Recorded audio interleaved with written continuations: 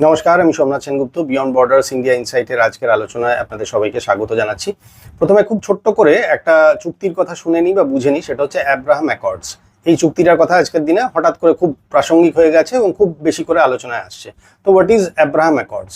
2020 সালের 15ই September white হাউসে এই চুক্তিটা স্বাক্ষরিত হয়েছিল। ইসরায়েল এবং ইউএই আর বাহরিন, এই প্রথম এই দুটো দেশের মধ্যে চুক্তিটা স্বাক্ষরিত হয়।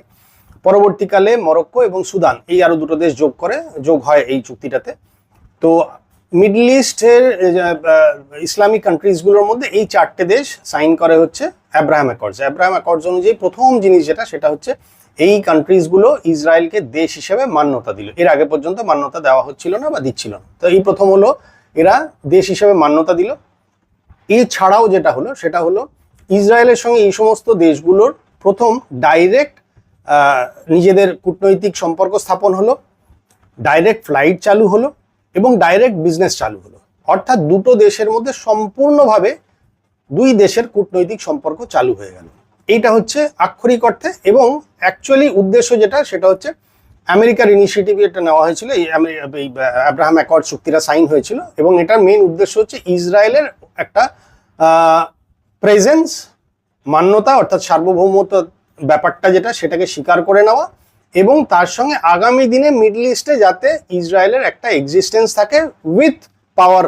এটা হচ্ছে মেইন উদ্দেশ্য ছিল হচ্ছে আমেরিকার। এবং প্রথম সাইন করা হচ্ছে ইউএই, তারপরে বাহরিন, তারপরে মরক্কো আর সুদান একসঙ্গে সাইন করে নেয়। যাই হোক, এর ফলে যেটা হলো সেটা হচ্ছে এই চারটে দেশ মান্যতা দিল, কিন্তু বাকি মিডল ইস্ট কিন্তু আজও ইসরায়েলকে মানে না। এবং আপনি যদি খুব ভালো করে খেয়াল করে দেখেন তাহলে পাকিস্তান হচ্ছে পৃথিবীর একমাত্র দেশ যাদের পাসপোর্টে লেখা আছে যে ওদের পাসপোর্ট, মানে ওই যে পাসপোর্টটা ইস্যু হয় সেই পাসপোর্টটা ইসরায়েলের জন্য অ্যাপ্লিকেবল নয়। দ্যাট মিনস পাকিস্তান আজও ইসরায়েলকে দেশ হিসেবে মানে না বা মান্যতা দেয়নি বা মানার কোনো চান্স নেই বলে পাকিস্তান বর্ণনা করে। যাই হোক, এবারে আসি হচ্ছে আমাদের আসল টপিকে। সেটা হলো 1947 সালে ভারত এবং পাকিস্তান দুটো দেশের জার্নি শুরু হলো। দুটো দেশ মানে আবারও বলছি, ভাববেন না যে ওই সময় ভারতবর্ষ জন্ম নিল, তা নয়। ভারতবর্ষ দেশ নয়, ভারতবর্ষ একটা সভ্যতা। ভারতবর্ষ বহু আগে থেকে আছে, আজ বহু হাজার বছরের পুরনো ভারতবর্ষের মানে নোন ইতিহাস যেটা আমরা সবাই জানি। কাজে ভারতবর্ষের জন্ম হয়নি, ভারতবর্ষ থেকে একটা পার্ট সরে গেল যেটা হলো পাকিস্তান। কিন্তু আমি জাস্ট এই আক্ষরিক অর্থে এটার কথা প্রসঙ্গে আসছি বলে এটাতে বলছি যে একই সময় দাঁড়িয়ে দুই দেশ তার জার্নি শুরু করলো, একটা হলো ভারতবর্ষ আর একটা হলো পাকিস্তান। আজকের দিনে দাঁড়িয়ে এই 2026-এ দাঁড়িয়ে স্বাধীনতার প্রায় 77-78 বছর সময় হতে চললো। এই সময় দাঁড়িয়ে যদি দেখি তাহলে নতুন ক্যালকুলেশন, আবারও বলছি নতুন ক্যালকুলেশন অনুযায়ী ভারতবর্ষ আজকের দিনে পঞ্চম বৃহত্তম ইকোনমি সারা পৃথিবীর মধ্যে। সেটা কত না, $4.15 ট্রিলিয়ন। এই নিয়ে ভারতবর্ষ হচ্ছে পঞ্চম স্থানে রয়েছে। এর আগে থার্ড স্ট্যান্ডার্ডে ছিল, মানে থার্ড পজিশনে ছিল। পরবর্তীকালে ক্যালকুলেশনে কিছু চেঞ্জ হয়েছে, ডলারের পার্সপেক্টিভে রুপি একটু উইক হয়েছে, যার জন্য আজকের দিনে ভারতবর্ষ থার্ড থেকে ফিফথে চলে এসছে। হাওয়েভার নানদিলেস পঞ্চম বড় ইকোনমি হচ্ছে ভারতবর্ষে। ঠিক সেইখানে দাঁড়িয়ে পাকিস্তান হচ্ছে কম বেশি ধরুন ওই 407-408 বিলিয়ন ডলার, ট্রিলিয়ন ডলার নয় কিন্তু। ফলে সেই হিসেবে যদি দেখি আক্ষরিক অর্থে আমরা পাকিস্তানের থেকে অনেক অনেক অনেক বড় একটা ইকোনমি, মোর দ্যান কি আর বলবো, ধরুন হ্যাঁ মোর দ্যান 10 টাইমস, তো অবশ্যই 10-11 টাইমসের মতন। তো যাই হোক, ভারতবর্ষ হচ্ছে $4.15 ট্রিলিয়ন আর পাকিস্তান হচ্ছে 407 বা 408 বিলিয়ন ডলারের মতন। ইভান একটা ছোট্ট কম্পারিজন করছে, এটা মানে এটা লোভ সামলাতে পারছি না তাই, এবং এটা শুনলে হয়তো বাংলাদেশের যে সমস্ত আমার দর্শকরা শোনেন তারা হয়তো খুশি হবেন। সেটার কারণ হচ্ছে আজকের দিনে বাংলাদেশ যে পাকিস্তানকে তাদের ফ্রেন্ড, ফিলোসফার, গাইড বলে মানে বা আব্বু বা আব্বা বলে দেখে, সেই পাকিস্তানের থেকে কিন্তু বাংলাদেশ ইকোনমির প্রত্যেকটা প্যারামিটারে এগিয়ে আছে। আবারও বলছি, প্রত্যেকটা প্যারামিটারে এগিয়ে আছে। সেটা হচ্ছে জিডিপির হিসাবে যদি দেখি তাহলে পাকিস্তান হচ্ছে 407 বা 408 বিলিয়ন ডলার, বাংলাদেশ হচ্ছে 510 বিলিয়ন ডলারের একটু বেশি। তার মানে 510 বিলিয়ন ডলারই যদি ধরি তার মানেও অনেক উপরে রয়েছে। আচ্ছা, আজকে যদি জিডিপির গ্লোবাল র্যাঙ্কিংয়ে যদি দেখি তাহলে পাকিস্তানের স্থান হচ্ছে 40তম, বাংলাদেশ কিন্তু এগিয়ে আছে, বাংলাদেশ হচ্ছে 33তম। পাকিস্তান 40th র্যাঙ্কে রয়েছে, 40তম র্যাঙ্কে, বাংলাদেশ কিন্তু 33তম র্যাঙ্কে রয়েছে। সেকেন্ড গেল। থার্ড হচ্ছে বাংলাদেশ গ্রো করছে আজকের দিনে 4.70 to 775, মানে 4.70 to 4.75, এইটা হচ্ছে বাংলাদেশের গ্রোথ রেট। সেইখানে দাঁড়িয়ে পাকিস্তান গ্রো করছে 3.5%, তার মানে সেই গ্রোথ রেটেও আজকের দিনে বাংলাদেশ এগিয়ে আছে। আচ্ছা, আজকের দিনে দাঁড়িয়ে বাংলাদেশের জিডিপি পার ক্যাপিটা ইনকাম যদি দেখি, তাহলে কিন্তু বাংলাদেশের পার ক্যাপিটা জিডিপি ইনকাম হচ্ছে 2911 মার্কিন ডলার। 2911, তার মানে $2900 আপনি ধরুন। ঠিক সেইখানে দাঁড়িয়ে হচ্ছে পাকিস্তান হচ্ছে $1696 পার ক্যাপিটা ইনকাম। তার মানে সেইখানেও যদি দেখি, তার মানে কোথায় আপনি ধরুন 2911 আর $11 পার ক্যাপিটা ইনকাম, আর সেইখানে পাকিস্তানের পার ক্যাপিটা ইনকাম হচ্ছে 1696, মানে ধরুন $1700 করে পার ক্যাপিটা ইনকাম জিডিপিতে। তার মানে সেই প্যারামিটারও পাকিস্তান পিছিয়ে আছে। তার মানে এই সবকটা প্যারামিটারে যদি দেখি, তাহলে বাংলাদেশ যাকে ফ্রেন্ড ফিলোসফার গাইড বা যাকে দেখে এগিয়ে যেতে চাইছে, তার থেকে কিন্তু বাংলাদেশ অলরেডি এগিয়ে রয়েছে। এটা জাস্ট বোঝানোর জন্য বললাম। আচ্ছা, এইবারে আসি আমাদের আসল কথায়। সেটা হচ্ছে এই দুটো দেশ একই সঙ্গে, মানে ভারতবর্ষ এবং পাকিস্তান জার্নি শুরু করলো করে আজকের দিনে ভারতবর্ষ এই জায়গায় দাঁড়িয়ে আছে, সেখানে পাকিস্তান কোথায় দাঁড়িয়ে আছে। কিন্তু গন্ডগোলটা যেটা, সেটা হচ্ছে পাকিস্তান আজকে নিজেই ভয় কাঁপছে তারই হাতে তৈরি করা ফ্র্যাঙ্কেনস্টাইনের জন্য। তার কারণ হচ্ছে সম্প্রতি লস্করে তৈবার ডেপুটি চিফ, আবার বলছি ডেপুটি চিফ সাইফুল্লাহ কাসুরি, ইনি একটি ওপেন ফোরামে সরাসরি পাকিস্তান সরকারকে চরম হুঁশিয়ারি দিয়েছে। এবং সেই হুঁশিয়ারিতে সেই যে যার কথা বললাম সাইফুল্লাহ কাসুরি, তিনি সাফ জানিয়ে দিয়েছেন যে কোনো মুসলিম দেশ বা শাসক যদি ইসরায়েলের সঙ্গে কোনো রকম সম্পর্ক স্থাপনের চেষ্টা করে, তবে সেই দেশকে বা সেই দেশের হেড যারা রয়েছে, বেসিক্যালি সরকারকে, তাদেরকে ধ্বংস করে দেওয়া হবে। এটা একদম পয়েন্ট ব্ল্যাঙ্ক এই থ্রেটটা দেওয়া হয়েছে। আর তার এই হুমকির প্রথম এবং প্রধান টার্গেট হলো খোদ পাকিস্তানের সরকার। তার কারণ হচ্ছে ও পাকিস্তানেই বসে, লস্করে তৈবার হেডকোয়ার্টারও পাকিস্তানে। এই যে যার কথা বললাম এই ডেপুটি চিফ সাইফুল্লাহ কাসুরি, এও থাকেও পাকিস্তানে। তো যার ফলে প্রথম থ্রেটটা দেওয়া হয়েছে পাকিস্তানে বসে পাকিস্তানকে। আর ভারতীয়দের কাছে এই সাইফুল্লাহ কাসুরি কিন্তু কোনো অচেনা নাম নয়। আবারও বলছি, ভারতীয়দের কাছে এই সাইফুল্লাহ কাসুরি কিন্তু পুরনো একটা পাপি। তার কারণ হচ্ছে, আমরা যদি খেয়াল করে দেখি, তাহলে পেহেলগাম মাস্টার মাইন্ড, মানে এই পেহেলগামের কথা বলছি না, পেহেলগাম মাস্টার মাইন্ড যেটা 2000 সালের প্রবাবলি অগাস্ট মাসে ঘটেছিল, অমরনাথ যাত্রার সময় একটা অ্যাটাক হয়েছিল। সেই অ্যাটাকে 100-র আশেপাশে বা 100-র বেশি অমরনাথ যাত্রী মারা গিয়েছিলেন এবং 60-এর বেশি মানুষ আহত হয়েছিলেন। তো এই সাইফুল্লাহ কাসুরি হচ্ছে পেহেলগাম, ওই 2000 সালের যে ঘটনাটা ঘটেছিল, পেহেলগাম অ্যাটাক যেটা হয়েছিল অমরনাথ যাত্রার ক্ষেত্রে, সেইটার মাস্টার মাইন্ড হচ্ছে এই সাইফুল্লাহ কাসুরি। যার ফলে এই সময় দাঁড়িয়ে, ওই 2000 সালে দাঁড়িয়ে যে মানে খুব মারাত্মক একটা পেইনফুল যে জিনিসটা যেটা হয়েছিল, যে ভয়াবহ এবং কাপুরুষোচিত যে জঙ্গি হামলাটা হয়েছিল, তার মূল চক্রী ছিল কিন্তু এই সাইফুল্লাহ কাসুরি। যাই হোক, এর ফলে একটা জিনিস যেটা দেখা গেল, সেটা হচ্ছে এই ফ্র্যাঙ্কেনস্টাইন তৈরি যেটা হলো, এই ফ্র্যাঙ্কেনস্টাইন তৈরি হওয়ার ফলে এই ফ্র্যাঙ্কেনস্টাইন কিন্তু এখন পাকিস্তানকেই অ্যাটাক করার জন্য মুখিয়ে রয়েছে। এর মধ্যে আরেকটা জিনিস যেটা, সেটা হচ্ছে 90-এর দশক থেকে পাকিস্তানের গুপ্তচর সংস্থা ISI ভারতের বিরুদ্ধে প্রক্সি ওয়ার বা ছায়াযুদ্ধ লড়ার জন্যই কিন্তু এই লস্করে তৈবাকে তৈরি করেছিল। এবং এদের কিন্তু ট্রেনিং দিয়েছিল পাকিস্তানের ISI এবং পাকিস্তান আর্মি, এবং এদের ফান্ডিংও কিন্তু এই পাকিস্তানই করেছিল।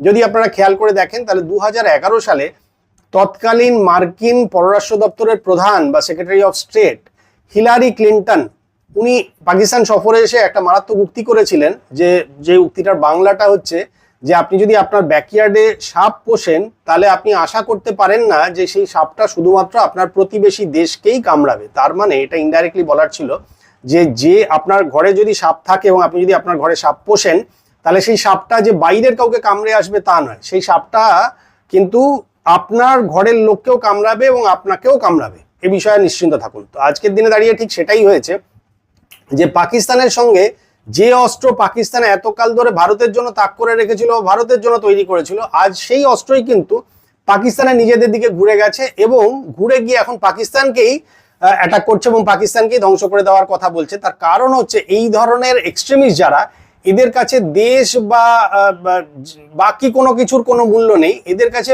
জিনিসটা হচ্ছে এজেন্ডা ভিত্তিক। এই ধরনের যে সমস্ত গোষ্ঠীগুলো আছে, জঙ্গি যে গোষ্ঠীগুলো, তার কাছে এজেন্ডাটাই প্রায়োরিটি পায় বা এজেন্ডাটাই মেইন জিনিস। আমি কোথায় থাকছি বা আমার দেশটা কি বা যে দেশে আছি বা যেখানে আছি সেইখানে, ওই যে বলে না, যে থালায় খাই সেই থালায় ছেদ করবো না, এদের কাছে ওইসব কোনো ব্যাপার না।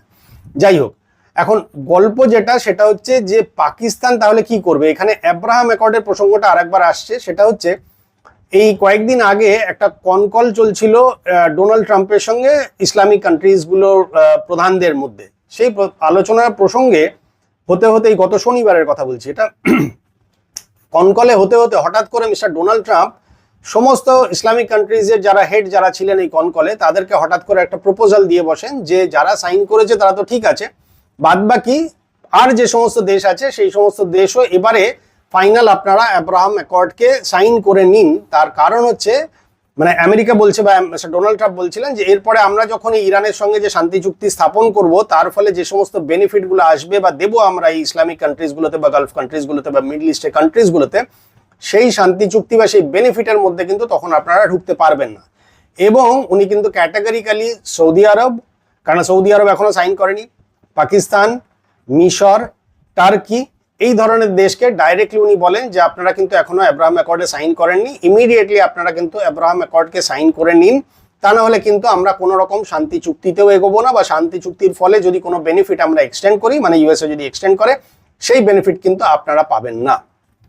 এবং আজকের দিনে পাকিস্তান চলছেই বেসিক্যালি আমেরিকার টাকাতে, আইএমএফও তো আমেরিকার দ্বারাই চলে, তো যার ফলে আমেরিকার টাকাতে চলছে, যার ফলে আজকে পাকিস্তানের হয়েছে শাকের করাতে, এগুলোও বিপদ পিছলেও বিপদ, ফলে পাকিস্তান যে এখন কি করবে বুঝে উঠতে পারছে না। যার ফলে পাকিস্তানের মধ্যে যখনই এই জিনিসটা, পাকিস্তানের এখন অবস্থা কিরকম জানেন, তার কারণ হচ্ছে পাকিস্তান যদি আমেরিকার কথা শুনে আজকের দিনে যদি সাইন করতে যায় তাহলে পাকিস্তানের ঘরে মানে বিদ্রোহ শুরু হয়ে যাবে, পাকিস্তানের মধ্যেই তাহলে যুদ্ধ, গৃহযুদ্ধ শুরু হয়ে যাবে। তার কারণ হচ্ছে পাকিস্তানে তো শুধুই একটা লস্করে তাইবা না, লস্করে তাইবার মতন বহু জঙ্গি গোষ্ঠী পাকিস্তান পালে। তার কারণ হচ্ছে তাদের মেইন এজেন্ডা হচ্ছে ভারতকে বিব্রত করে রাখো বা সারা বিশ্বে টেরোরিজম অ্যাক্টিভিটিসকে ছড়িয়ে রাখো, যার ফলে পাকিস্তানের কাছে এইরকম, পাকিস্তানের দেশে আরো বহু এরকম জঙ্গি গোষ্ঠী আছে। এবার জঙ্গি গোষ্ঠীগুলো যারা, তারা এতটাই কট্টর মৌলবাদী যে তারা কিন্তু কোনো অবস্থাতেই ইসরায়েলকে স্বীকৃতি দেয় না, দেবে না, বা তারা তাদের কাছে এজেন্ডাতে কিন্তু ইসরায়েল একটা প্রধান শত্রুপক্ষ। যার ফলে আজকের দিনে পাকিস্তান যদি আমেরিকার কথা শুনে আজকের দিনে যদি সাইন করতে যায় তাহলে পাকিস্তানের ক্ষেত্রে যুদ্ধ, গৃহযুদ্ধ লাগবে। তার কারণ হচ্ছে পাকিস্তানের শুধু যে এই ধরনের জঙ্গি গোষ্ঠী তা নয়, পাকিস্তানের পুলিশ এবং পাকিস্তানের আর্মির মধ্যে কিন্তু প্রচুর কট্টরপন্থী লোকজন আছে যারা কিন্তু সবসময় এটাকেই সাপোর্ট করবে যে ইসরায়েলকে কোনোভাবেই মেনে নেব না বা আমেরিকার এই ইনস্ট্রাকশনকে মানব না।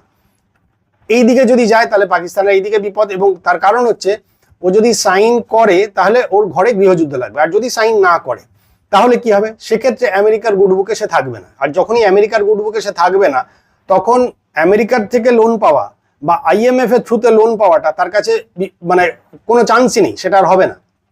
এবার আসিম মুনিরের অবস্থা বা শাহবাজ শরীফের অবস্থাও কিন্তু খারাপ। তার কারণ হচ্ছে আসিম মুনির ততক্ষণ পর্যন্ত আমেরিকার গুডবুকে বা ট্রাম্পের হিসাবে ভালো জেনারেল এই কারণে যে সে ডোনাল্ড ট্রাম্পের সমস্ত কথা অক্ষরে অক্ষরে মেনে চলে, যার ফলে আজকের দিনে যদি দেখি তাহলে যদি সে রিফিউজ করে তাহলে কিন্তু ডোনাল্ড ট্রাম্প বা আমেরিকার খাতায় পাকিস্তান এবং পাকিস্তানের সরকার বা পাকিস্তানের আসিম মুনির মাইনাসে চলে যাবে। আবার যদি পাকিস্তান এটা সাইন করে তাহলে নিজের দেশের মধ্যে অবস্থা খারাপ হয়ে যাবে। এবার পাকিস্তানের defence minister mister Khawaja Asif Sharif উনি কিন্তু ক্যাটাগরিক্যালি বলে দিয়েছেন যে এইটা পাকিস্তানের নিজস্ব বিষয়, এবং পাকিস্তান কোনো অবস্থাতেই, যদি উনি বলেছেন যে ওনার ব্যক্তিগত মত যে পাকিস্তান কোনো অবস্থাতেই এই আব্রাহাম অ্যাকর্ড সাইন করবে না বা আব্রাহাম অ্যাকর্ড মেনে নেবে না। এবার এটা যখনই হবে তখনই কিন্তু এটা আমেরিকার জন্য একটা ইনসাল্টিং হবে দেশ হিসাবে এবং মিস্টার ডোনাল্ড ট্রাম্পের ক্ষেত্রে। আর আমরা এতদিনে ডোনাল্ড ট্রাম্পকে এইটা বুঝে গেছি যে উনি ইয়েসম্যান থাকাটাই পছন্দ করেন, মানে ওনার সামনের লোকটা কিন্তু ইয়েসম্যান হতে হবে। যে ডোনাল্ড ট্রাম্প যদি এখন এই রাত্রিবেলা বলেন যে সকালে সূর্য উঠেছে তাহলে হ্যাঁ বলতে হবে, সকালে যদি বলেন যে রাত্রির 12টা বেজে গেছে তাহলে হ্যাঁ বলতে হবে, তা না হলে হি ইজ হাইলি ইগোইস্টিক। তো যার ফলে সেটা যদি হয় তাহলে পাকিস্তানের ক্ষেত্রে বিপদ। আবার যদি পাকিস্তান সাইন করে তাহলে নিজের ঘরে সে অসুবিধায় পড়ে যাবে। তো পাকিস্তানের অবস্থা খুবই খারাপ হয়ে গেছে, যার ফলে পাকিস্তানের দুটো রাস্তায় কিন্তু ধ্বংসের দিকে চলে গেছে। টাকা যদি নিতে হয় তাহলে আমেরিকার হাতে হ্যাঁ মেলাতে হবে, আর টাকা যদি না হয় তাহলে কিন্তু আবার অন্য রাস্তা নিতে হবে। তো পাকিস্তানের অবস্থা এই ফলে এই গন্ডগোল হয়ে গেছে, এবং এটা এই লোকটি আন্দাজ করেই এ কিন্তু অলরেডি বুঝে গেছে, যার ফলে এ কিন্তু অলরেডি পাকিস্তানকে থ্রেট করতে শুরু করে দিয়েছে। এবং এই থ্রেটের ফলে পাকিস্তানের অবস্থা কিন্তু এখন খুব খারাপ অবস্থায় রয়েছে। তার কারণ হচ্ছে যে আইদার ঘরে সিভিল ওয়ার বা গৃহযুদ্ধ লাগবে, আর তা না হলে ইসরায়েলের থেকে যদি মুখ ফিরিয়ে নেয় বা আমেরিকার কথা যদি না শোনে, তাহলে তার ফিনান্সিয়াল কন্ডিশন আরো খারাপ হয়ে যাবে, ফলে আন্তর্জাতিক ফান্ডও পাবে না এবং দ্রুত দেশটা অফিসিয়ালি দেউলিয়া ডিক্লেয়ার করা ছাড়া আর কোনো রাস্তা থাকবে না, যার ফলে এটা পাকিস্তানের ভবিষ্যৎকে আনসার্টেন করে তুলেছে। তবে এটা ভারতের জন্য শাপে বড় হয়েছে, তার কারণ হচ্ছে পাকিস্তান যত এই ধরনের প্রবলেমে ফেসে থাকবে তত ভারতের জন্য বিপদ। তার কারণ হচ্ছে ইসরায়েলের সঙ্গে আজকের দিনে ভারতের খুব ভালো সম্পর্ক, আজকের দিনে ইউএইর সঙ্গে ভালো সম্পর্ক, আজকের দিনে সৌদির সঙ্গে ভালো সম্পর্ক। পাকিস্তান, ভারতবর্ষ কিন্তু মোরাললেস প্রত্যেকটা দেশের সঙ্গে খুব ভালো সম্পর্ক মেনটেন করে চলেছে বা চলছে বা আগামী দিনেও চলবে বলেই আমরা সবাই বিশ্বাস করি।